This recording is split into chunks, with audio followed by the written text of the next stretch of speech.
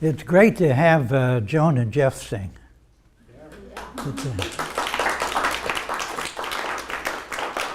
I want to thank Dean Stevens for arranging that. Thanks, Dean. With Joan and Jeff, it's a little bit of Saturday night on Sunday morning, which is most refreshing, especially when you like Saturday night as well as Sunday morning. I'm delighted to be back with you again, as are Eva and Amy. Amy was 4 months old when I became minister of CCB in 1978. We moved into the 4th floor apartment.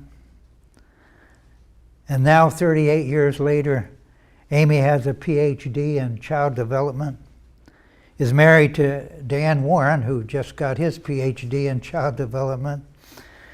And they have 2 beautiful children, Eva, who is almost 5, and Leo, who's 21 months.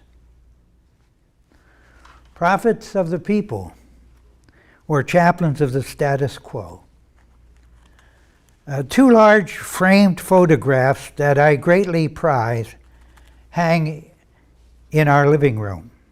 The one is of Trout Run, Pennsylvania, a small village at the foot of Round Top Mountain, just 15 miles north of my hometown in Williamsport, Pennsylvania.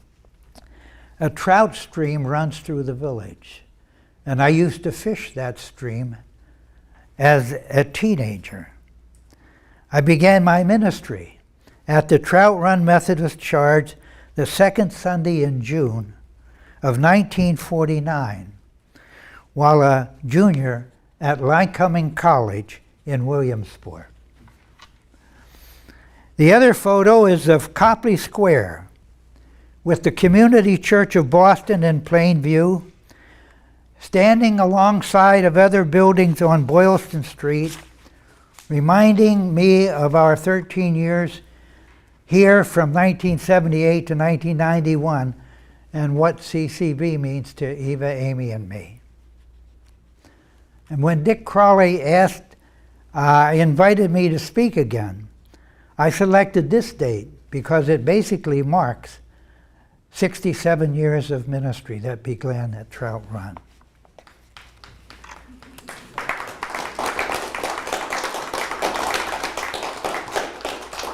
You're very kind. I took the machine shop course in high school, never imagining myself becoming a minister. In seminary, each entering class was given an English test, as writing and sermons and preaching required a command of the English language. I flunked the exam and was required to take a basic course in English grammar. I started my ministry very young and very inexperienced. The day I arrived in Trout Run, there was a terrible accident in which 3 people were killed. Soon there was a knock on the parsonage door, and before me stood a grieving relative asking that I perform the funeral services. Then he asked, "And you'll do the committal at the graveside?" I nodded yes. I didn't know what a committal was. There were tough times at the Trout Run Church. I came from a poor family of 5 sons and 2 daughters, and at times our father, a generous man, handled his economic stress by drinking too much, which led me to develop a rigid attitude toward alcohol. So I picked up my New Testament and went to the only bar in Trout Run, sat down on a stool and talked with the bar owner about the evils of alcohol. Even reading to him verses like Ephesians 5:18, "Do not get drunk on wine, which leads to debauchery, instead be filled with the Spirit." My intent was to shut his bar down. He said, "Well, Reverend, if you try to do that, I will fight you." My efforts were soon nipped in the bud. Later, the wife of the bar owner became ill and ended up in the hospital. I visited her different times, which she found comforting and I found fulfilling. In time, she died. The bar owner ended up selling his bar and moving to New Jersey, where he bought a fleet of small rental boats for fishing. Before leaving Trout Run, he stopped by the parsonage and asked me to come out to his car. As we sat in the front seat, he expressed appreciation for the pastoral care that I provided for his wife. He then reached into his pocket, pulled out his wallet, and gave me a $20 bill. When he said goodbye, I went back into the parsonage, realizing that the humanness he shared with me was far more precious than any $20 bill. I also realized that the humanness I shared with his wife was far more precious than any $20 bill.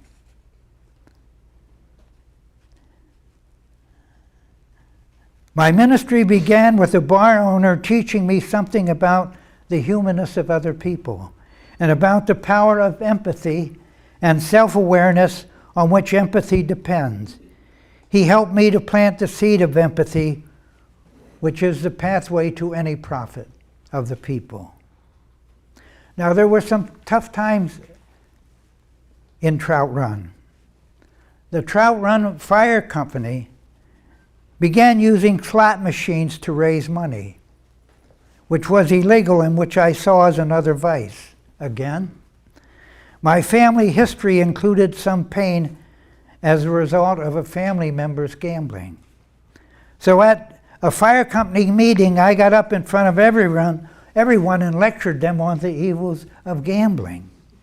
At which point, Dean Stevens, a big strapping fire company volunteer, Dean Dawes. Dean Stevens is your director here now, and he's a big strapping fella too. But this guy's name is Dean Dawes, and he's a big strapping fire company fella. He invited me to go outside, which offer I wisely refused. The rigidity of my morality got me into trouble, forcing me to continue confronting myself with a certain amount of self-awareness. In time, I joined the Trout Run Fire Company. I recalled one night late racing up Steam Valley Mountain Highway in the fire truck with the other volunteers and them putting out a fire that had engulfed a barn.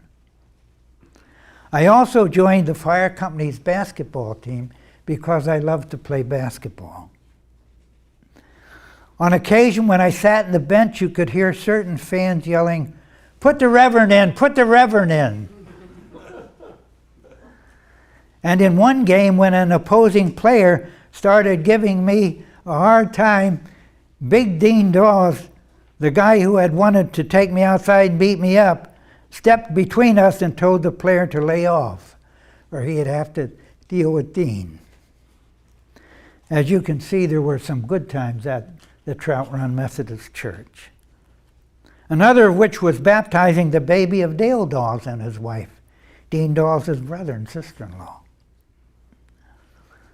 Now, ill-advisedly, the student minister who followed me at Trout Run, a young man named Charlie Myers, blew the whistle on the Trout Run Fire Company, reporting its use of illegal slot machines to the authorities. Charlie was following Methodism's position against gambling. As a result, the president of the fire company, Carl Gray, a dear man and father of 7 children, who was also Trout Run Methodist Church's Sunday school superintendent, ended up arrested with his name in the local paper.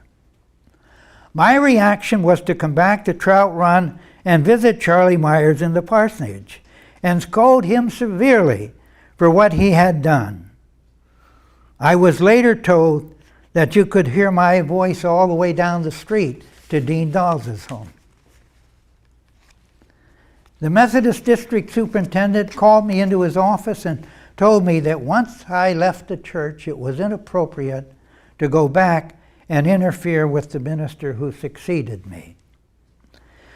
That picture of Trout Run in my living room means a lot to me. The people of Trout Run taught me a lot. The moral of Trout Run is that I started drinking and taking up gambling and beginning to learn the meaning of empathy. Then in 1965, 15 years later after seminary and then graduate school at Boston University, I ended up at the newly reopened Old West United Methodist Church in Boston's Government Center, assigned there by the presiding bishop to create, quote, services to humanity, unquote, which included a pastoral counseling service I was expected to establish and direct, having a Ph.D. from Boston University in psychology and pastoral counseling. The United Methodist Conference's guidelines for reopening Old West Church included these words: it was to be judged not by the members in service attendance, not by the number of members in service attendance, but by its services to humanity. I created the Pastoral Counseling and Referral Service.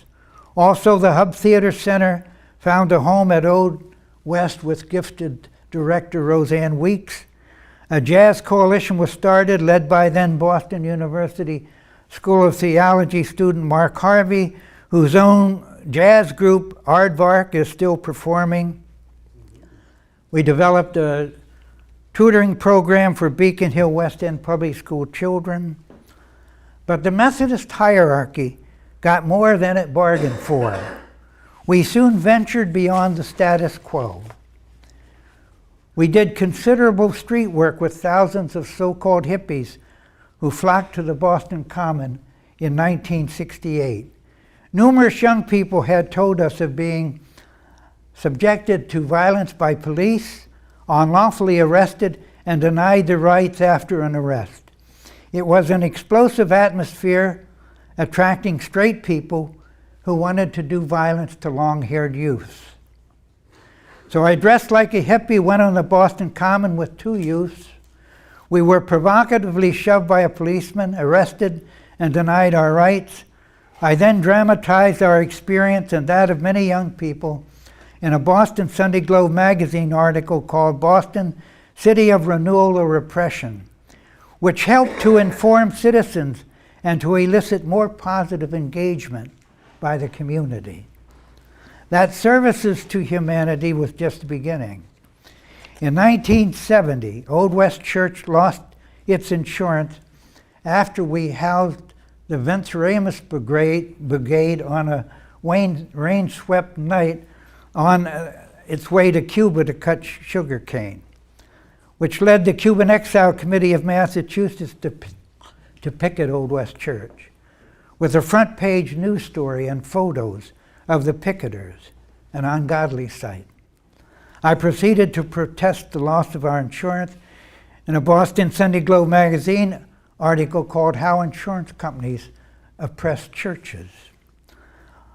Old West Church also became a legal, medical, and information center for anti-Vietnam War protests at the Federal Building down the street.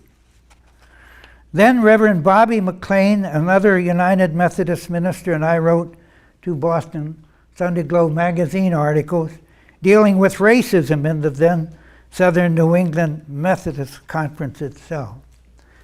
You see, the Methodist hierarchy, when they wanted us to do services to humanity, they didn't mean these kind of services.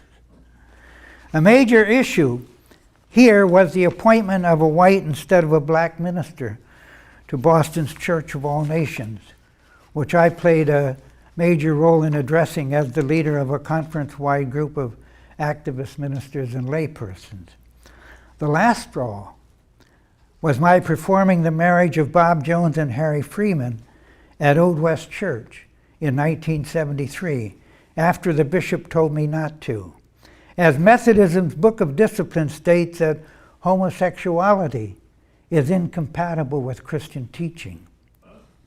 And we don't recommend marriage between two persons of the same sex. I think I helped them to change that law because now it says we forbid marriage between two persons of the same sex. I had performed the marriage of two women in 1970 with the full knowledge and approval of Old West Church's Pastor-Parish Relations Committee. But in 1973, there was an entirely different political situation.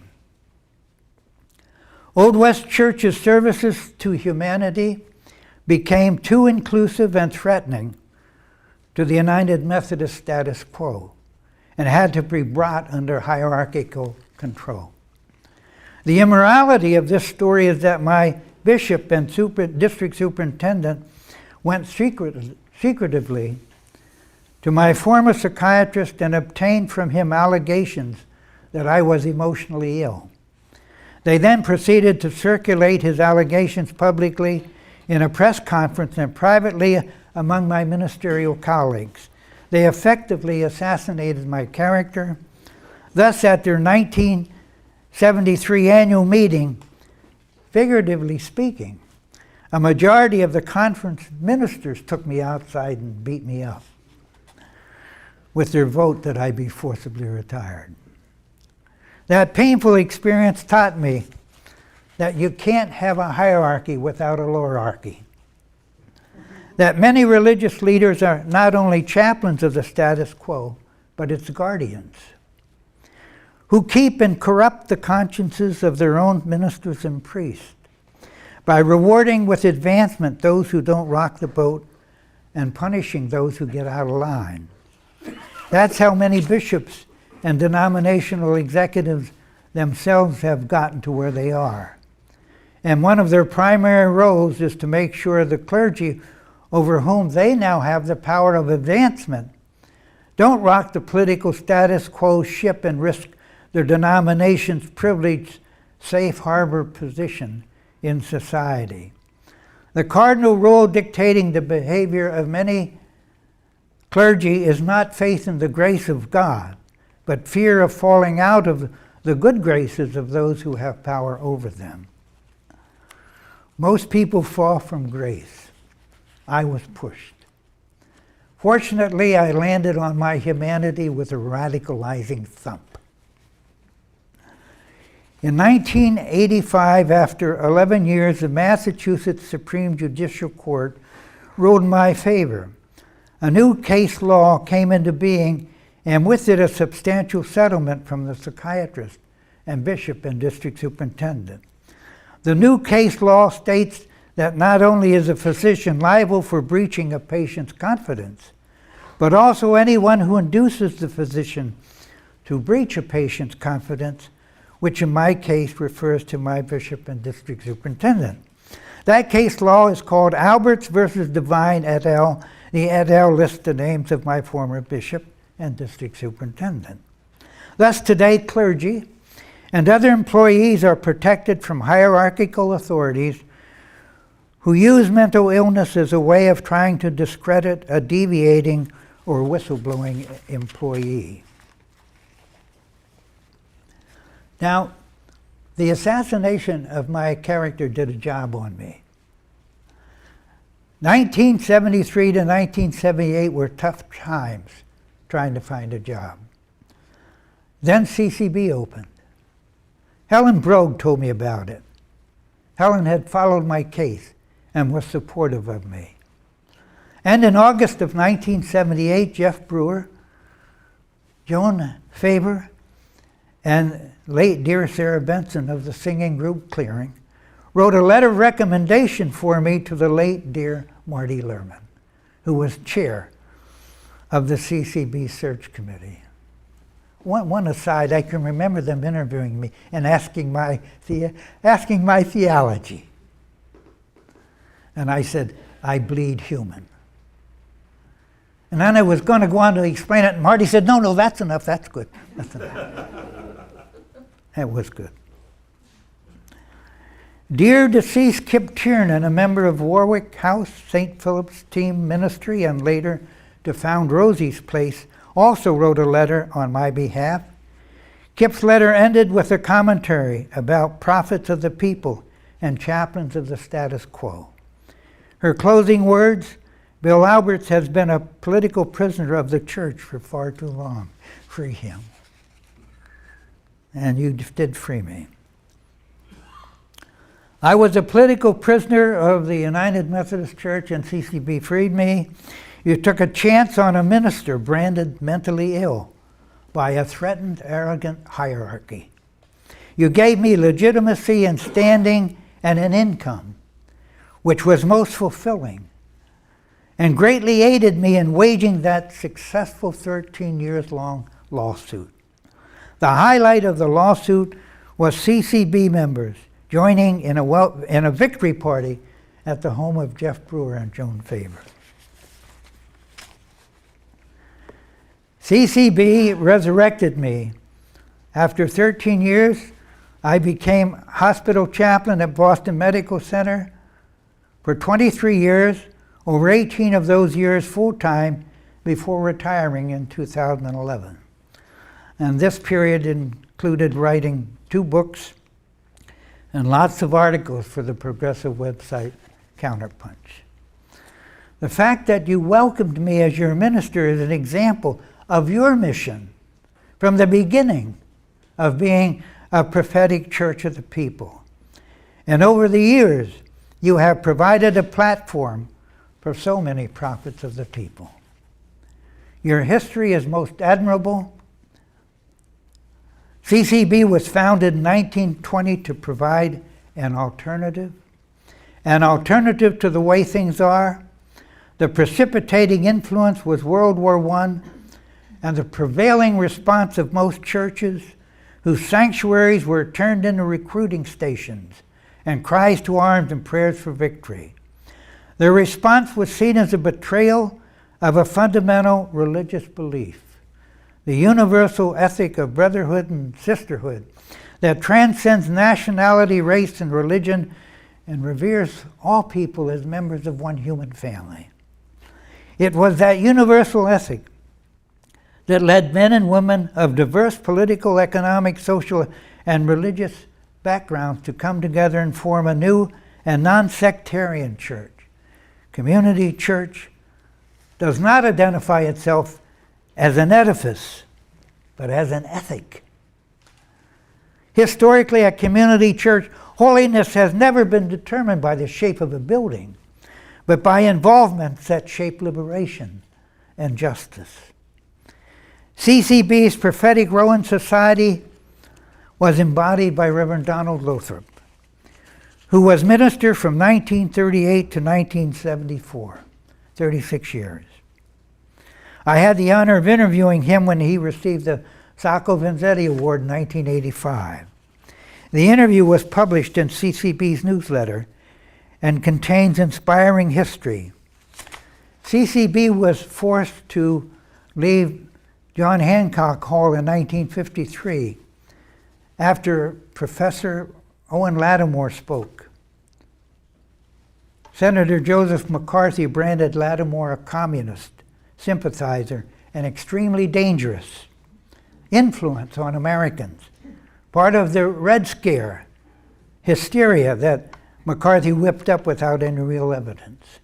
In 1973, CCB was kicked out of the New England Life Hall after anti-Castro Cuban exiles of Massachusetts disrupted a service, with secret agents waiting outside to take photographs of everybody attending the service. That's enough to discourage church attendance. Reverend Lothrop also opposed the U.S. war in Vietnam, and with others signed a letter to that effect that appeared in the New York Times. 2 FBI agents came to Reverend Lothrop's office and demanded to know who wrote the letter and who paid for it.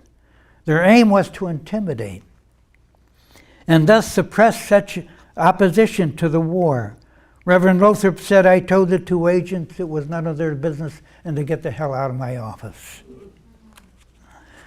Reverend Lothrop was also forced to appear before a Massachusetts legislative committee and to answer the charge that he had given aid and comfort to communists. He appeared and said, "Gentlemen, I plead guilty to that charge. I have given aid and comfort to all kinds of people." Reverend Lothrop then said his example was Jesus of Nazareth, who feared not to associate with and minister to prostitutes, thieves, and tax gatherers. He believed in virtue by association, not guilt by association. Reverend Lothrop then expressed CCB's prophetic role in society. I am proud that over the years, our people have been willing to provide a platform for countless men and women who are debarred elsewhere. Our country needs voices of dissent, diversity, and daring. It is the assurance against complacency and error, which leads all closed societies to their graves.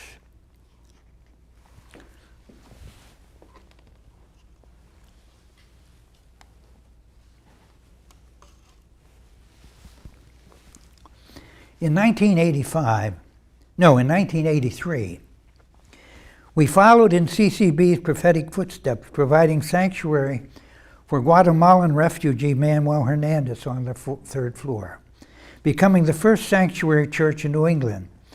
Manuel lived with us for 2 years. He was on the Guatemalan Army's death list. We risked the legal wrath of the Immigration Department, who knew Manuel was here and wanted to interview him, and we said no. Because we knew that immigration could arrest him and deport Manuel back to Guatemala.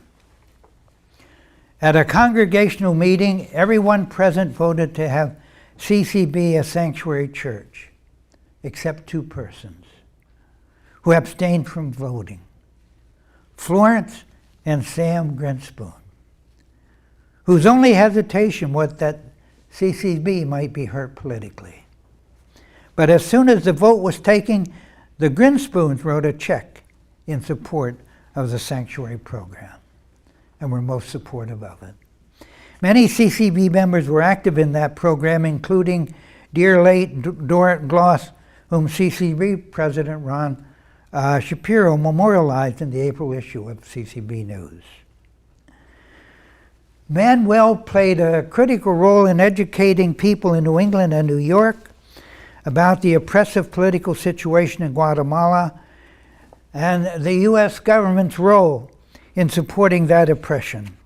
He spoke to various religious, college, medical, and other community groups, and we never let him out of our sight. A CCB member or 2 always escorted him: Cynthia Foster, Melvin Gert Friedman, just a number of people that you would know. That's how we protected Manuel. Manuel had a profound effect on all of us. He was a living example of CCB being a peace and justice congregation. He brought us CCB members closer together and led people in the community to join us, like Catholic nuns and laypersons, other individuals and religious groups, all of whom provided invaluable support for the sanctuary program. That support included UUA President Eugene Pickett, who spoke at a press conference at CCB in support of the sanctuary program with Manuel. That press conference was arranged by my dear deceased friend, Dr. Loretta Williams, who was the UUA's Social Justice Department director at the time. Loretta died last June, and I was honored to be one of the speakers at her memorial service. In becoming a sanctuary church, CCB was fulfilling its stated purpose as a free community united for the study and practice of universal religion, seeking to apply ethical ideals to individual life and the democratic and cooperative principle to all forms of social and economic life. Manuel gave a powerful expression to CCB's purpose in one of his poems called Politics. Death without life, spirit without soul, head without body, white without black, yellow without red, negative without positive, capitalism without communism. Is it possible that only the two paths exist? To choose only one means the extermination of the child society. CCB's prophetic model is greatly needed today. Many Christian churches provide the invocations and benedictions for those in power, rather than fulfill their traditional role of confronting power with reality and moral truth. Their altars are shaped by the status quo. The invisible, controlling political, economic, and legal forces that determine the nature and extent of their empathy and good deeds. Once the conscience of the status quo, many Christian churches are now its chaplains and guardians of the prevailing consensus. Many of these churches occupy the public square, but they serve as reflections of what is, more than as beacons of what ought to be. Sadly, the separation of the church and state has turned into the subjugation of the church to the state, into the servant of the state, so much so that their hierarchies join in censoring and silencing their own clergy who speak truth to power and threaten their denomination's privileged status. Chris Hedges, columnist for Truthdig and former New York Times foreign correspondent, refers to such censorship in his book, The Death of the Liberal Class, which liberal class includes churches, universities, the media, the Democratic Party, and labor unions.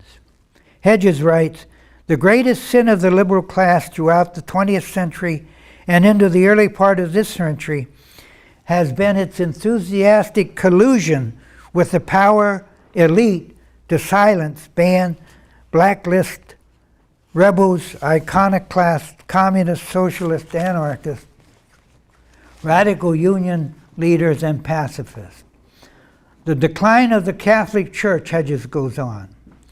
"Traditional Protestant denominations and liberal Jewish synagogues, institutions that once had a place for radicals from Martin Luther King Jr.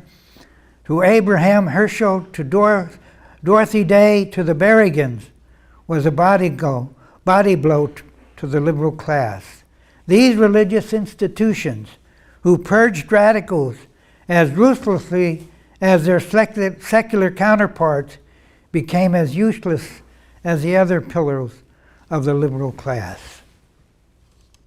Yeah, Dick Kishishian had mentioned Dan Berrigan dying. Even I heard it on the national news last night, and we were very sad to hear it. We have such fond memories of Dan Berrigan being here. My intent is not to dismiss the good works of many Christian churches. Their members devoted spiritual care for one another. Their specialized ministries to emotionally troubled, sick, poor, marginalized persons. But their Christian outreach, while important, is primarily of an individual nature and politically circumscribed. Politically circumscribed. It is far easier, for example, to provide spiritual comfort for the grieving family of a son or daughter killed in Iraq than to join in confronting our bipartisan government's criminal wars against Iraq and Afghanistan. Far easier and safer to spiritually rally around the victims of the tragic Boston Marathon bombings than to also rally politically against our government's imperialistic policies that kill countless more innocent victims in our name and provoke such blowback violence. And now we have Dorchester native and actor Mark Wahlberg's movie called Patriots Day, being produced on the 2013 Boston Marathon blowback violence, which, like other such propagandistic Hollywood movies, will take us further away from our government's criminal wars that give rise to such blowback violence. Like the falsely based preemptive U.S. invasion of Iraq, which Noam Chomsky has called the worst war crime of the 21st century. Over 1 million Iraqi civilians dead, the country's infrastructure decimated, several million Iraqi citizens fleeing for their lives as refugees, some 2 million widows, and over 4 million orphans. This terrible U.S.-led war crime creating intense sectarian violence between the Shias and Sunnis, leading to the marginalization and persecution of the Sunnis, laying the foundation for the rise of the vengeful Islamic State and continued blowback violence. Christian churches should be connecting the dots of cause and effect that lead from Baghdad to Boston and speaking reality and moral truth to power. Journalist Glenn Greenwood connects the dots in writing, "When terrorists are heard, which is rare, about what their motive was, invariably they cite the fact that they have become enraged by what Americans are doing to Muslims around the world, to their countries in terms of bombing them, imprisoning them without charges, drones attacking them, interfering in their governments, propping up their dictators, that they feel they not only have the right but the duty to attack America back." Now, we don't get that kind of information about our country's foreign policy in mainstream media. But being prophets of the people and connecting the dots is risky. Thus, the response of the liberal class is not to prosecute the George W. Bush administration for their terrible war crimes, but to honor them with monuments and book contracts and public forums. A classic example of chaplains of the status quo is the United Methodist Church honoring the worst war criminal of the 21st century by building a monument to him at Southern Methodist University, the George W. Bush Presidential Library and Museum. Imagine if American religious leaders joined together and publicly declared that George W. Bush is a war criminal and must be brought to trial. What would that say to the loved ones of the thousands of Americans killed in Iraq and the hundreds of thousands wounded in an unnecessary war based on the lie that Saddam Hussein had threatening weapons of mass destruction? One thing that would do would be to help prevent another unnecessary preemptive war. Saddam Hussein, imagine if Pope Francis stood before throngs in St. Peter's Square and declared that the U.S. government's own imperialistic policies gave rise to ISIS.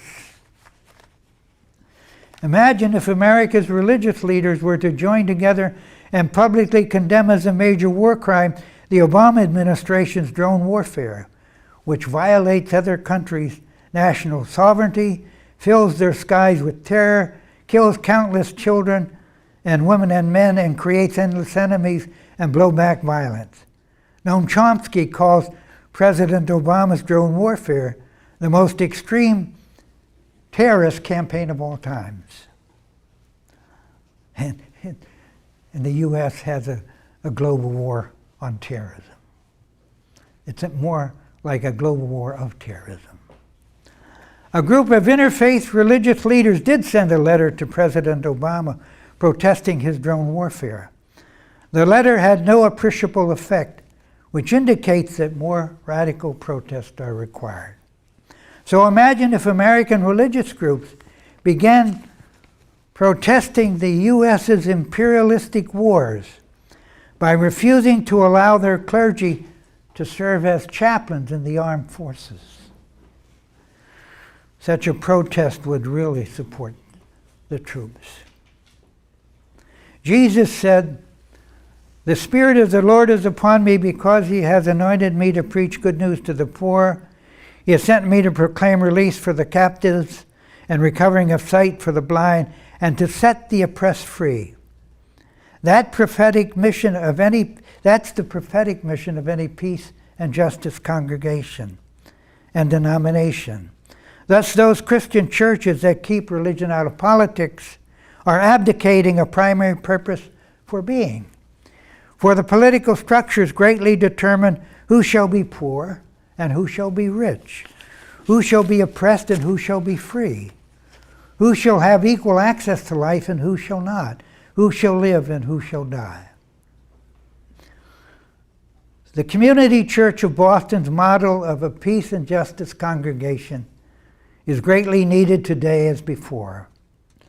America's so-called global war on terror continues, with its drone warfare killing innocents and creating endless enemies and endless war. And that's the whole point of it, because it creates enormous profit for the military, industrial, energy, intelligence complex.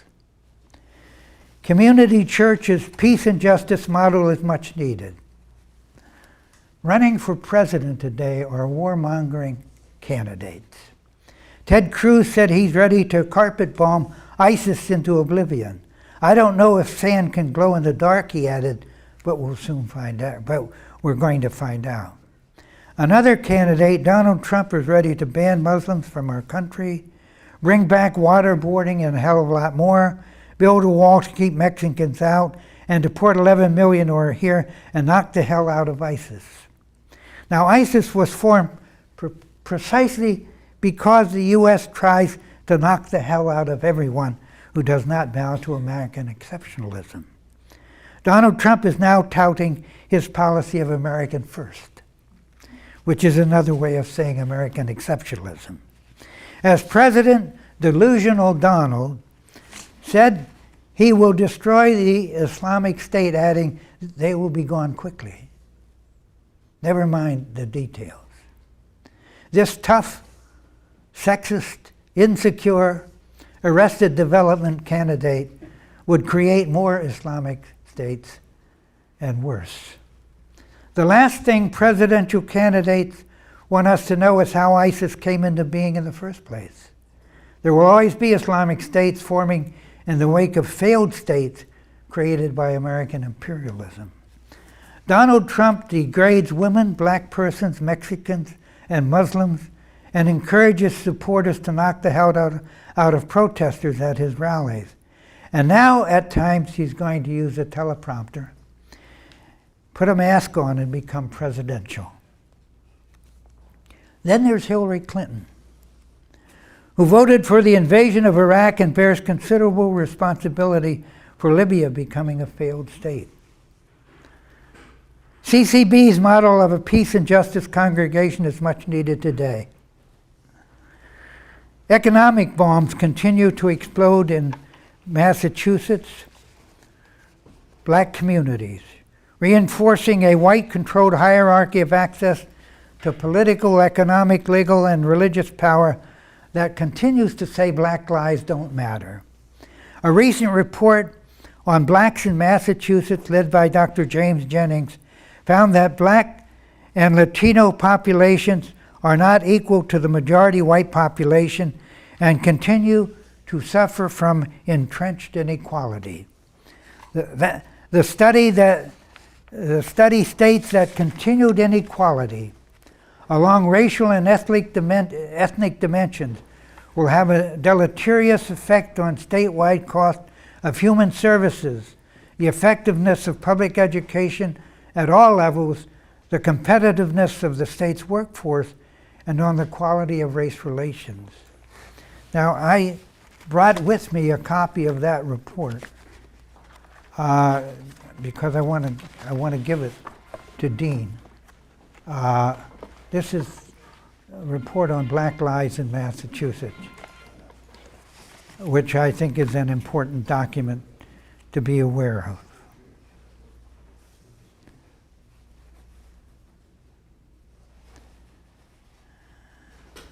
CCB's model of a free community is very much needed. It is about empathy, not evangelism. A crucial challenge of American Christians is to move beyond their mission of seeking to transform the world into the likeness of Jesus Christ, and instead embrace the likeness that they share with every other human being. It is about empathy. Actually, it is about self-awareness, which is the key to one's own humanness, which is the path to empathy, which is the bridge to the golden rule. So in everything, do unto others as you would have them do unto you, for this is the law and the prophets. Reverend Lothrop followed the example of Jesus, who believed in virtue by association, not guilt by association. Manuel taught us the same prophetic truth. Capitalism without communism? Is it possible that only the two paths exist? To choose only one means the extermination of the child society. CCB's free community begins with making room for each other. Thank you.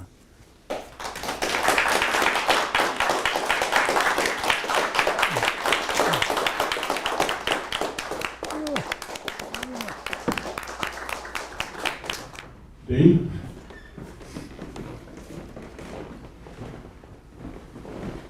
Just expression of gratitude, Bill, for your being here this morning and for recapping a whole bunch of things about community church, about your time here. It's just really refreshing and informative for us, trying to really learn our history and have it inform our future. And I mentioned these archives that we have that have been basically shoved into a broom closet for some 20 years, and that we're finding and trying to bring to light and digitize some of them. Among the things that I want to do right away is look through boxes and boxes of cassettes that we have, find Dan Berrigan, put that right up on our website, which we're figuring out how to do, finally, coming into out of the age of dinosaurs. But I wanted to ask you about a couple of things that I've seen in the history in church's history that aren't very clear, but that you might know just having had contact and spoken to some of the old timers from back then who knew about like the 50s and 60s. One was just the kind of big divisions in the 50s around the infiltration of the church by FBI trying to find communists, sort of thing, and divisions and supposedly a lot of loss of membership around people informing on each other. And the other was about an event that I saw just referred to maybe around 1970 or 1980, I'm not sure, where the city of Boston's Board of Assessors tried to annul community churches' church non-tax status and sent us tax bills that we had to pay before we were able to repeal that and get our tax status clarified. So those that was before my time. I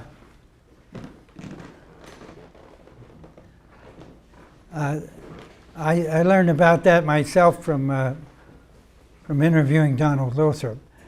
CCB especially was faced with that problem. It was the communist scare then, and but that was before my time. I will say that when I was at Old West Church, we lost our insurance. When the Venceremos Brigade, we housed the Venceremos Brigade. And Donald Lothrop wrote a letter to the editor of the Boston Globe that supported Old West Church and was critical of our losing our insurance because you had had that experience here, and he was very supportive of us. And it was I still have that letter from Lothrop in the Boston Globe supporting what we were going through at the time. But again, I don't have I don't have that much knowledge about what happened to CCB with regard to the communists. I will say that today it's the Muslim scare, Islamic radical Islamic terrorism. It's, my thing would be becoming involved as much as you can with the Muslim community in Boston, what they're dealing with now. I think that your history is so inspiring, and I think it's very important to have it at the fore and to study it. And I know, Dean, you sent me a copy of an address on the first 20 years, which I was familiar with. And that would be informative reading. John Haynes Holmes did a booklet on the first 20 years at Community Church. By the way, Bill, it's now on our website. You click on the history page, and that document is there. Oh, that's an important document. Your model is inspiring for you today. And again, I think that just as there was this scare about the communist scare, there's also the scare now about Muslims and Mexicans, but especially Muslims. And if you had a connection with the Roxbury the mosque, the people there. In my writings, I read now and then about the national, one of the national Muslim leaders. They have a national civil rights organization.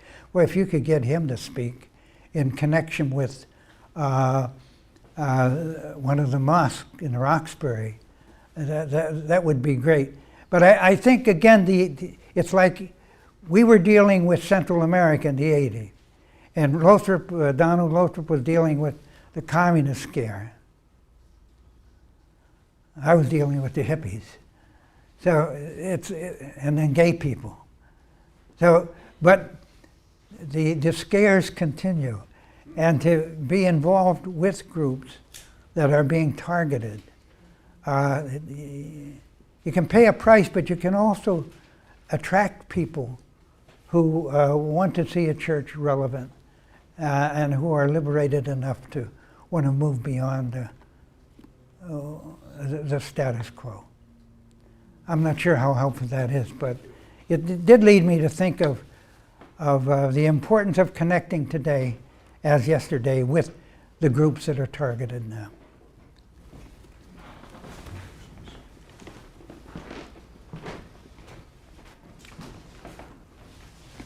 Well, I'm thinking about the beginning of your sermon at the end of it, and asking about the tension between expressing what you feel is unjust and taking a stand, but also not alienating people who are involved.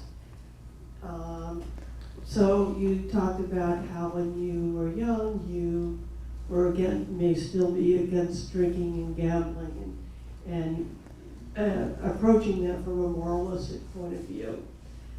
And you're talking about now taking justice stands against war and excessive greed and American exceptionalism, etc. And suggested that maybe the church should not provide chaplains to the military. But then how do you connect with the people in the military who might need that service? That's a good question. I've done about 3 articles on that in Counterpunch. One is called Chaplains of Empire. You can access it through Counterpunch, Chaplains of Empire.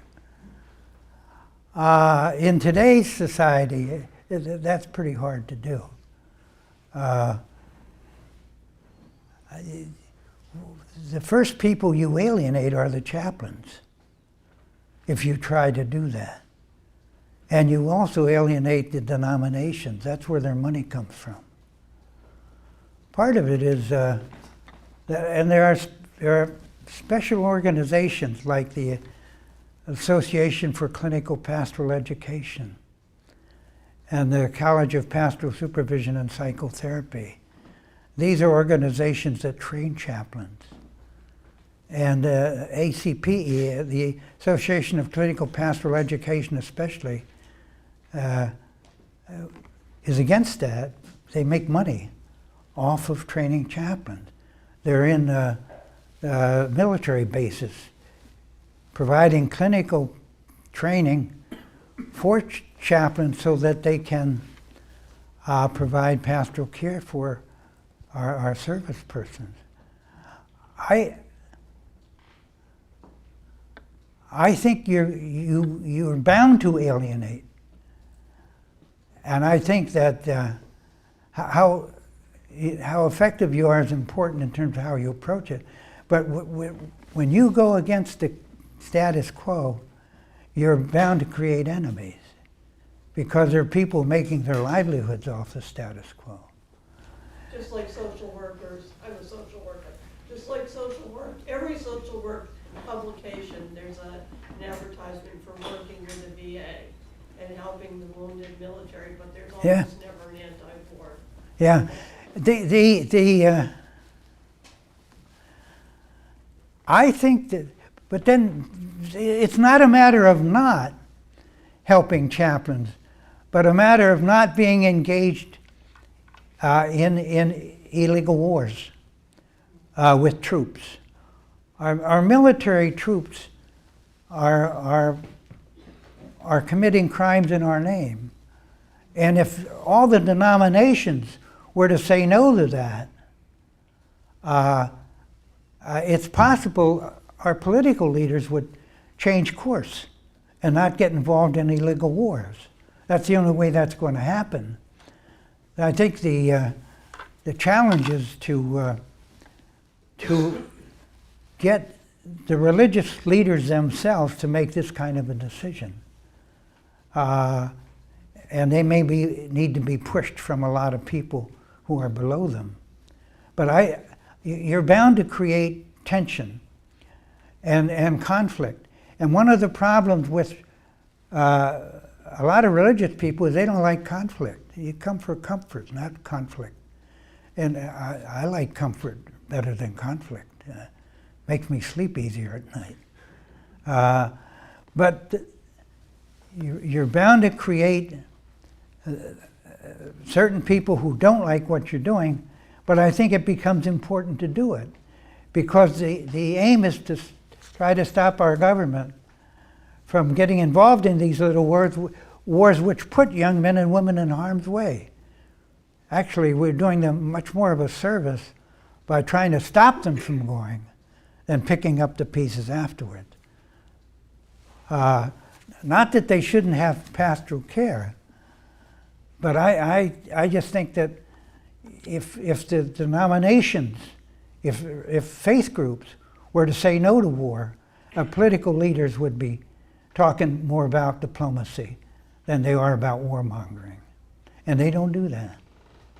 They just don't do it. And I don't have a satisfactory answer to your question. It's a good question. Are there any other questions or comments? I'll tell you the story of this country. There's so much goddamn hate. They hate everybody.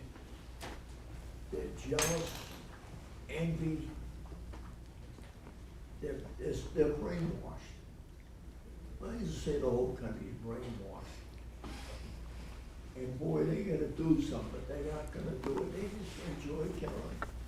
They love to kill. They love to look at television, the poison that they get fed in that trash. There wasn't much hope in this country. People gotta get out in the street. They did Vietnam. I don't see much hope for them. Get out their ass and do something, but that's money, greed, greed, greed.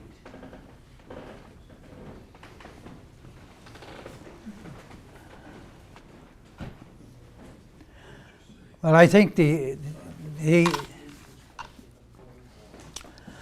mainstream media has really done a job as an arm of the government.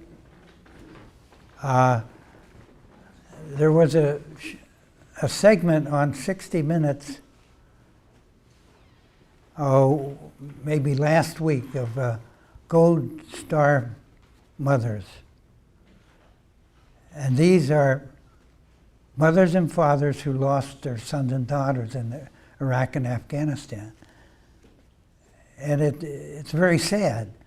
And so there's a program now of Blue Star mothers whose sons and daughters came back from Afghanistan and Iraq, providing a connection with these mothers and fathers who lost their sons and daughters, providing support for each other. And that, you listen to that and you think, that's nice. That's nice. And then you realize how propagandistic this is, because all this does is further justify what happened to their sons and daughters. That if Bush did not lead this country into Iraq, they would not be sacrificed. But the aim of that was, there are various aims of that. There's money to be made off of war. But then you turn on the media and you see this program, and it tugs at your heart with people losing loved ones. That's terrible. And yet this is a program that is really justifying it by seeing how they're cared for. And it never gets at connecting the dots. It never gets at cause and effect. That the one thing that our political leaders do is to keep us away from cause and effect. But yeah, there's that kind of conditioning that goes on that people are really brainwashed, and yet we take pride in being such a free nation. and our president is the leader of the free world. Yeah. So how would you decide when to say no to war?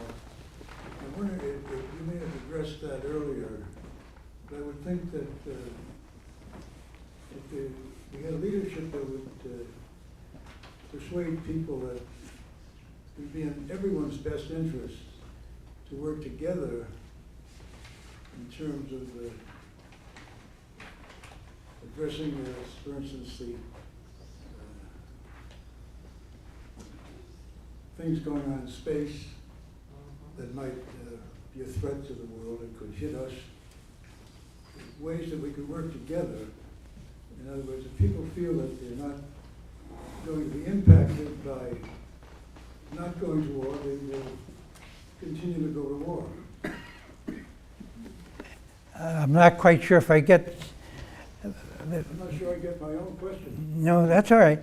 No, I think, are you saying that lots of people are not affected by it? And that if they were, they'd feel differently about it? That's true. I think that's one reason the government did away with the draft, because the draft brought everybody involved. And if there were a draft, it's likely these wars wouldn't start, or they'd end a lot sooner. But I want to go back to your question, because I think that religious leaders are doing a disservice to their calling by not calling into question these criminal wars, where there's not, I mean, there was an opposition to the Iraq War at the beginning, but once it started, that was it. When the boots were on the ground, then there was no more little resistance. But I think the resistance needs to be much more radical than it is. But you need to start with religious leaders, and if they're frowning on you, in fact, the political leaders hope the religious leaders will get after you. Anyway, I'm sorry, I may not have done justice to your comment. Yeah. Yes, I came in a little late, and I'm so sorry. And thank you for your bravery, your strength, your honesty, and your vision, which we all need. Couple of things. When we talk about we need to be more concerned about what's going on in outer space and such, first of all, it seems to me that the United States is part of the cause of all the trouble on this planet from day one, from the creation of the United States of America and what it took to create it to now. When we get the effects, we don't realize we're causing them because we want to seem so good. And the other thing is, there's already groups fighting the militarization of outer space, which anyone can go on the internet. I don't remember their names, because we're already declared first strike from the planet. We already have our flag up on Mars and the moon. We've already initiated plans for first strike. We're the most violent country in the world, and the most aggressive, and the most greedy, and we're the biggest lies gone. And in my opinion, and I can back it up. So I'd like to hear your response to those things, and thank you very much. I'm not sure if I got the question. My question is, what viewpoint do you have about those things and about the fact that we're already in outer space, first strike, saying that we're going to have the first strike? So First, I would think we're already trying to start wars. yeah. That we already think we own things, including outer space, in response to what this gentleman was saying. We already passed that stage. We're so warlike. But we think we're so peaceful. So I'd like to hear your comment on where do we get the idea that we're so good and that we're saving the world, and what can chaplains do aggressively to change that here and now?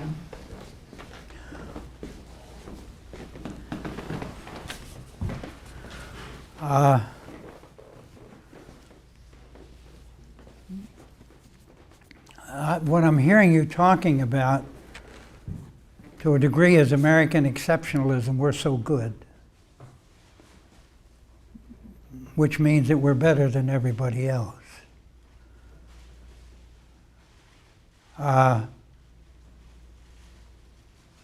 And that drives foreign policy, because what Bush said when there was the invasion he invaded Iraq, and what he said about 9/11, the attack on this country in 9/11, he said, they hate us for our freedom. They don't hate us for our freedom, but that's an implication of we're so good. They're jealous of us. They hate us for our freedom. No, they hate us because we're denying them their freedoms, because we think we're so good. And I think religion has a problem here, because a lot of Christians think they're so good. Oh yeah. I mean, there's only one way to be saved, and that's through Jesus Christ as your Lord and Savior. And if you don't believe that, you're going to hell. And you got a whole bunch of evangelicals trying to get the likes of Ted Cruz and Donald Trump elected for president. But the problem with Christianity, I think Christians need to address this issue, but it's one they themselves face. Because Christians are very imperialistic themselves. Jesus was supposed to have said, after he was supposedly resurrected from the dead in Matthew 28, He told his disciples, go into all the world and make disciples of all nations and baptizing them in the name of the Father and the Son and the Holy Spirit. Never mind that the Trinity wasn't even formulated at the time he was supposed to be resurrected. But the point is that this kind of missionary thing, this evangelism, to get people to be like you are. Jesus said, love your neighbor as yourself. He didn't say, make your neighbor like yourself. And there's such a vast difference there. But there are many Christians who are imperialistic, and that goes together with our government's imperialistic foreign policy. They both think they're so good, which means that others are the other. I think the education needs to come. That's why towards the end of this this address, I said that the mission of Christians should not be to transform the world into the likeness of Jesus Christ, but to transform themselves into the likeness of all other people. That's the Methodist Church's mission. That's the Episcopal Church.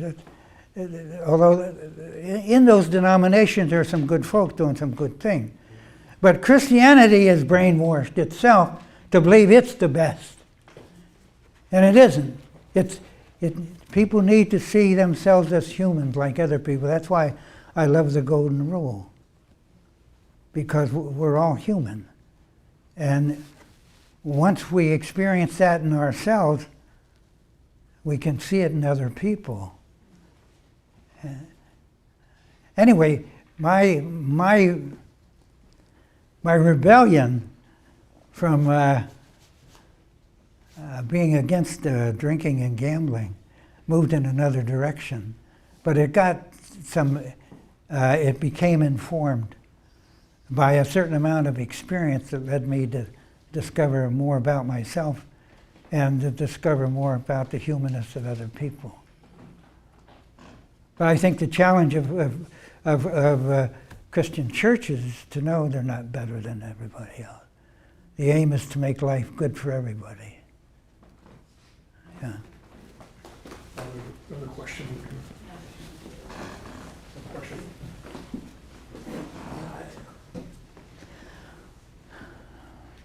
I want to say I have a friend that's been some years ago.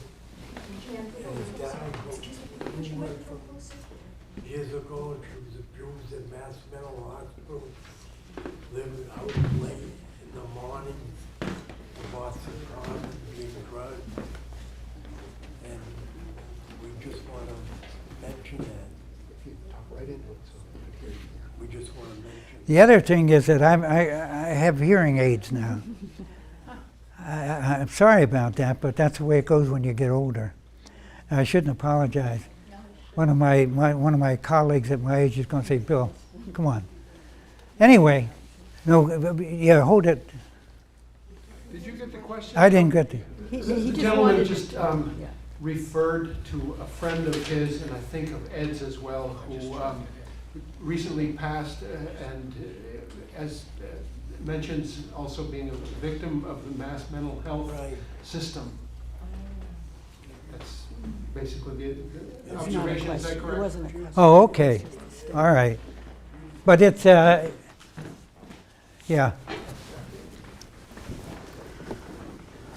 Hi, Bill. It's so good to see you back, you and Eva, because I was one of the presidents while Bill was here. Oh, And I yeah. said, yes, it was so nice. And we're reminded of these inspirational services you gave all those years. So, and Randy and I were reading the Counterpunch articles of yours since then, and your career in the chaplaincy with the, in I forget which hospital it was exactly. But, so perhaps during that long period you were here, and then there was a little bit of a to-do towards the end of your stay. Maybe you'd like to comment on that, because it may still be in the air with some people. Again, thank you for these inspirational words and to see that you followed along and been consistent with your views all these years. Well, I'd rather not comment on that. Yeah, I'd rather not comment on that. Yes. I'm just happy to be back. CCB means so much to me. I'm grateful for being here the whole time, including the end. And it's done so much for me that's immeasurable. In terms of my own development, I was fortunate to sit and listen to Dan Berrigan and Philip Berrigan and Sister Liz McAllister, so many other people. It just was such a privilege. Your husband too, who spoke, who was chair of the Massachusetts Communist Party. Yeah, and so many people, even Rosa Parks. So it's just. But I was fortunate to have so many teachers like that, so many mentors, and so many people. And for me, what community church did for me was to embrace me. And I saw that as just a continuation of who community church is. And it was just liberating. So I'm grateful to be here. Thank you. Glad to have you back. Okay, thank you. We're almost run out of time, but we still have a few minutes if there's anyone else who would care to offer a comment or question. Carla? And what did you say to you? Except thank you, thank you, thank you. Say that again? Thank you, thank you, thank you. I also want to say something to Joan and Jeff, and that's just the first song that you sang reminded me of a saying by Utah Phillips, that if you want to have $1 million playing a guitar, the only way to do it is to start with $2 million. So that's my comment on it. Oh yeah, yeah. I think that's a nice way to end it. Thanking Jeff and Joan for being with us. It's great to have you with us. One more question. I just wanted to say, Comment. along with everyone else, thank you so much for being here. And you're a fine example of the kind of thing that the community church does. I want to say it was really hard for me to get here this morning. I have health issues and other things going on. But I said, I really need to hear this man, because I go to the community church because I want to know what's going on in the world. Yeah. What's the truth? And what's the course to follow if I want to make a beneficial change in the world, in my family, where I live. And thank you for being here, and I thank everyone in the community church. Thank you so much. It's a great mission of finding out what's going on in the world.